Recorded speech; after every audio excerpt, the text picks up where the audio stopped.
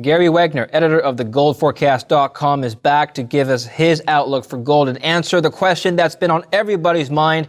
First of all, Gary, welcome back. Second, prices for gold. What a major turn of events. We've had $1,800 an ounce just last week. It's now surpassed that level and doing quite well. So the question on everybody's mind, is this the road to 2,000? First, a pleasure to be back here again with our viewers. And in terms of what we've seen, it's been amazing. Because when you look back in time, we had approximately 2 weeks, 15 to 20 trading days, in which it was caught between two moving averages. We had the 21-day exponential as a solid level of support, and resistance came in at the 50-day. Then we saw a major breakout, a solid breakout, not only above 1,800, but the day it moved above 1,800, it went to 1,850. So a solid move above that, and now we're getting follow through. So that absolutely gets me excited. Are we on the road to 2,000? Is that the question? Because the answer's got to be, we first have to hit 1,900. Realize that when we look at gold at these levels, they are not at all-time highs, but they're near the highs that we have seen at the highest points, because the prior high was 1920. So we've got gold really showing its shine, so to speak. In terms of where I believe it will go, I think that right now we do have a level of minor resistance at approximately 1855. That represents the 200-day moving averages. And the averages have really proven to be eloquent indicators of support and resistance. The other side of it is that the CFT reported, and we read about it through your editor, Niels, that he believes that the data suggests that if gold breaks 1850, it's going to take off. If that is the case, 1,900 is right in the sights of where we'll see it go. We probably would get resistance there, but to get to 2,000, we're going to need to see a couple of fundamental things happen. The economy is definitely kicking back up.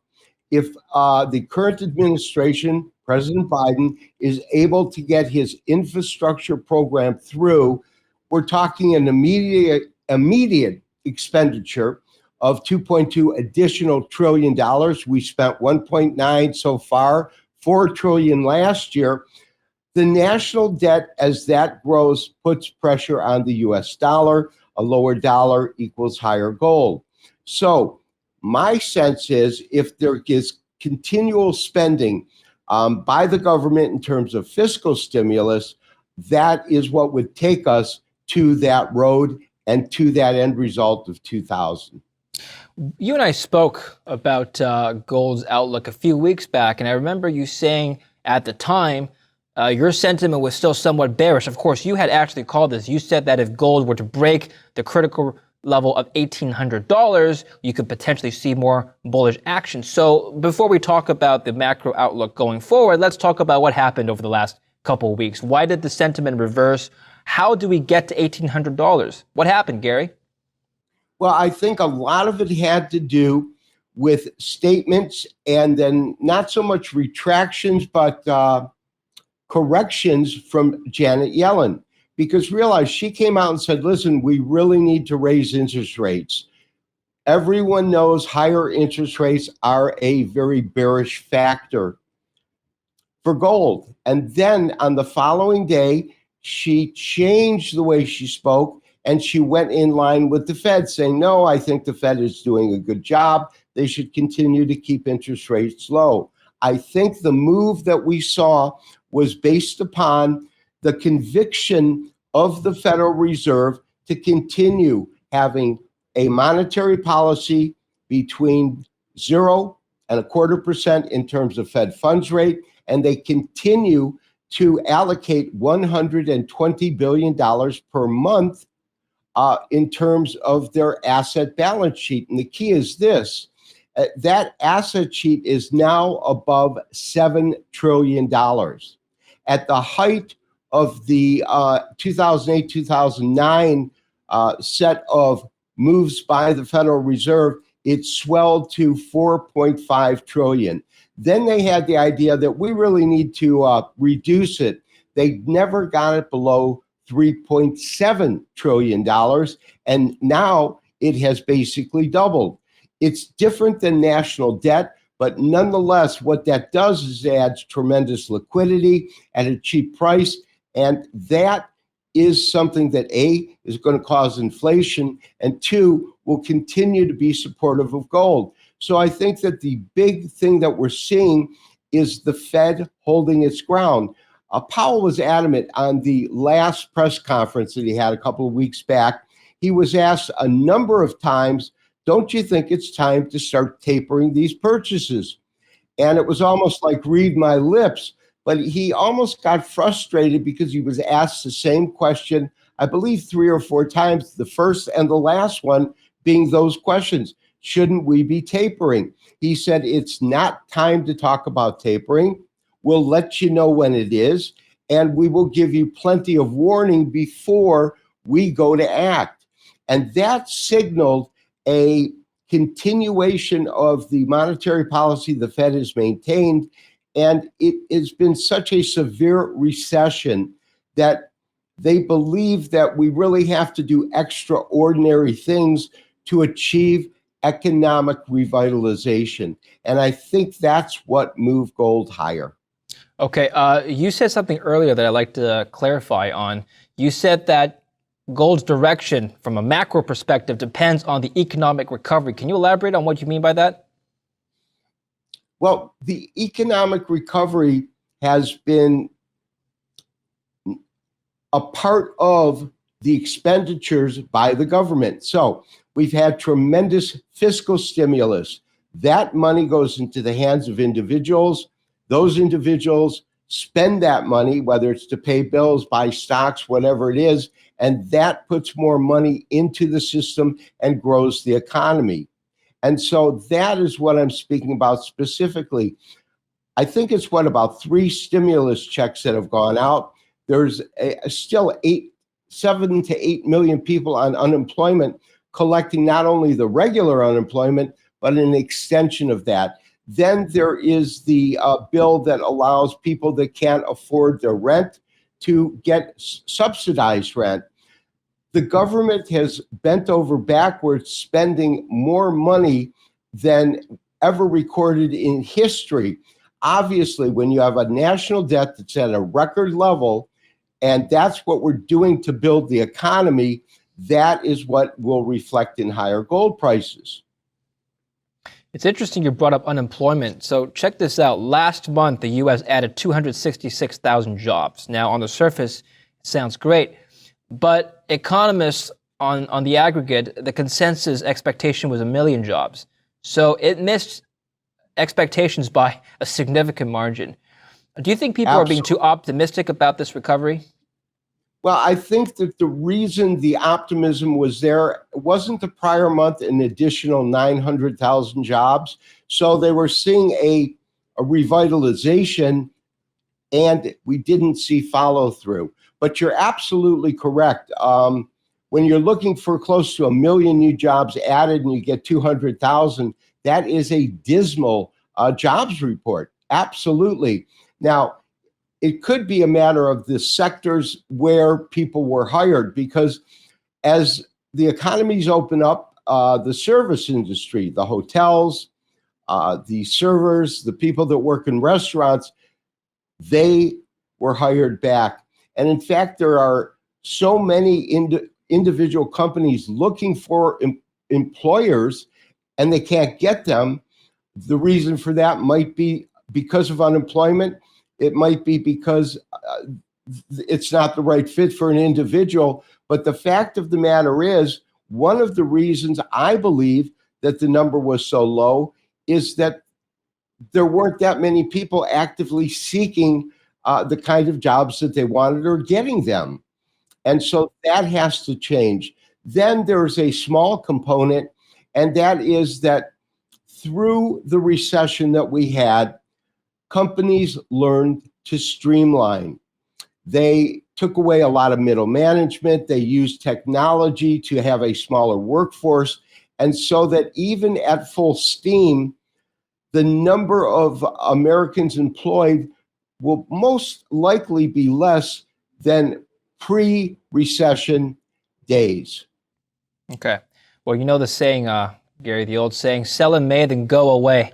Well, I haven't seen a lot of selling in the stock markets yet for the first 2 weeks of May. Do you think there's going to be more volatility in the summertime, Gary, or do you think we'll have a case of the summer doldrums again? You know, the equities markets have been a hard read at best because there are times I wonder how it can continue to hit new highs, new highs, new highs when our economy is rebuilding. I would expect a company to hit a new all-time record high during the peak of an economic revival, not at the beginning of it.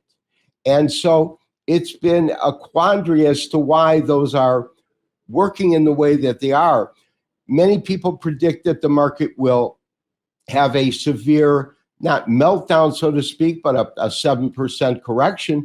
And yet we have not seen anything extremely deep in terms of stocks selling off. My mentor taught me that it is not a stock market, but a market of stocks. So there are those companies that have done exceedingly well and those that are struggling. And the question I have is, are the companies that did very well, such as Zoom and other ones that were really dependent on people working from home, how will they fare once the economy hits full steam again? Will there be the same need for teleconferencing? Will travel come back and with face-to-face meetings? Those are unknowns. But in terms of the market is based upon optimism, which is based upon extremely, extremely defined market sentiment that is convicted to think that the market will move higher because companies will make more money. It is forward thinking. And whether or not that forward thinking is correct is something we'll have to see how it unfolds. But we know that valuations are extremely high. You've got some at 20x, some at beyond. And that's based on this forward-thinking optimism that we're at the end of this mess that we've seen, this economic contraction worldwide. However, there's still hot spots. India right now is experiencing one of the worst cases of the pandemic. And I know people don't like me talking about the pandemic, but when it's reported that there were 400,000 cases in a single day, I find it hard-pressed to deny that fact. Others do. There is under 2% of the population that have taken vaccines. And the key is that it is the second largest population in the world. So they're having some severe problems. That will lead to economic contraction in India. And India is a major component as a world player in terms of the global economy. Brazil is another one. I think as a whole, we're way past the worst of it. We might see bits and pieces of economic contraction in certain areas, but I am optimistic that over the summer, we will see a tremendous, tremendous growth in the economy. GDP, they're predicting at 6%? And that's here, not China. You know, when we hear China has done 6%, that's, oh, okay. One, we don't know if the numbers are right, but they're solid numbers. You know, here we were pushing 2.5%, 3%. Now we're saying 5 and 6. That is big news. All right. Now, Gary, final question for you. We've talked about the road to $2,000. What about the road to new all-time highs for gold? So give us a timeline, give us the factors required. Going back to your economic outlook, if you're expecting robust growth this summer, would that not be a bearish case for gold? Will we not need a safe haven hedge against volatility if there is none? It depends on what is the underlying root force moving the economy. If the economy is moving based on tremendous government expenditures, the infrastructure program, if we're spending trillions of dollars to rebuild our roads, yes, the economy is booming, but the money, where is it coming from? It's coming from debt and taxpayers. While Biden has predicted that it would be a raise in corporate taxes and only the rich people would pay, most economists believe that that math does not work. I'm not smart enough to be able to tell you it does or it doesn't, but I can tell you that if it doesn't come out of corporate tax, which I find a very, very hard sell, that means we will incur more debt. More debt means higher gold because the dollar will come under pressure, and it will just basically put us in such a position that our grandkids are paying for the debt, if that's even possible. So it depends on why and how we're growing. If we're growing organically, that's one thing. If we're growing because the government is just spending like there's no tomorrow, that would still be bullish for gold. Let me rephrase this question. So I remember a few months ago I asked you this, and I had compared our scenario today to that of 2012, when gold had hit its previous all-time high, and then it kind of collapsed down to $1,200, $1,300, and it kind of stayed there for 5 years, 6 years, actually more than that, all the way to 2019. Now we're at $1,800. So far my prediction hasn't come to fruition. But I wonder now, Gary, let me ask you this. We are halfway through to $2,200, which is the previous all-time high, breached last year, and $1,400, which was around the same level, slightly higher than what we saw in 2015, 2016. Correct. Which is more likely a scenario, that we go back down to, we fall $400 to $1,400, or we rise $400 to $2,200 by the end of the year? Which scenario do you think is more probable? I think it's more probable we will see higher pricing. I'm not going to go on record saying I think we'll hit 22 by then, but look at it this way. When we hit $1,910, middle of 2011, what followed was a multi-year correction that ended at the end of 2015, 2016 at 1,020. It basically halved, right? Now, when we had the August highs of 2088 and it came down, it found the double bottom at 1670. So it had a much more shallow correction. I think that the correction that came in with the double bottom is comparable to the corrections that we saw, although the timeline was extremely shortened. It was a couple of years that it took, or a year and a half to get there, as opposed to a 5-year correction. And it did not, in terms of the percentage decline, come even close to what we witnessed when gold went from 1,900 to 1,000. And so I think that in terms of where gold is relative now to how it reacted then, I think that we are in a much better place. And the reason I feel that is we had real solid support at 1670. And with the optimism that the worst is over, the recession has kind of wound itself down and we're into the rebuilding stage, I think we'll see higher pricing. My numbers of 2,200 come in, but they come in 2 to 2.5 years from now. It's on my long-term studies. I believe that we will see a new all-time record high in gold. I'm not as optimistic as to believe it'll happen, let's say, over the next 4 months. However, I think it's highly likely, based on certain parameters, that we do test 1,900 once again, and that could be over the next couple of months. Perfect. Gary, excellent update as always. Thank you very much. My pleasure as always. Thank you, David. Thank you for watching Kitco News. I'm David Lin.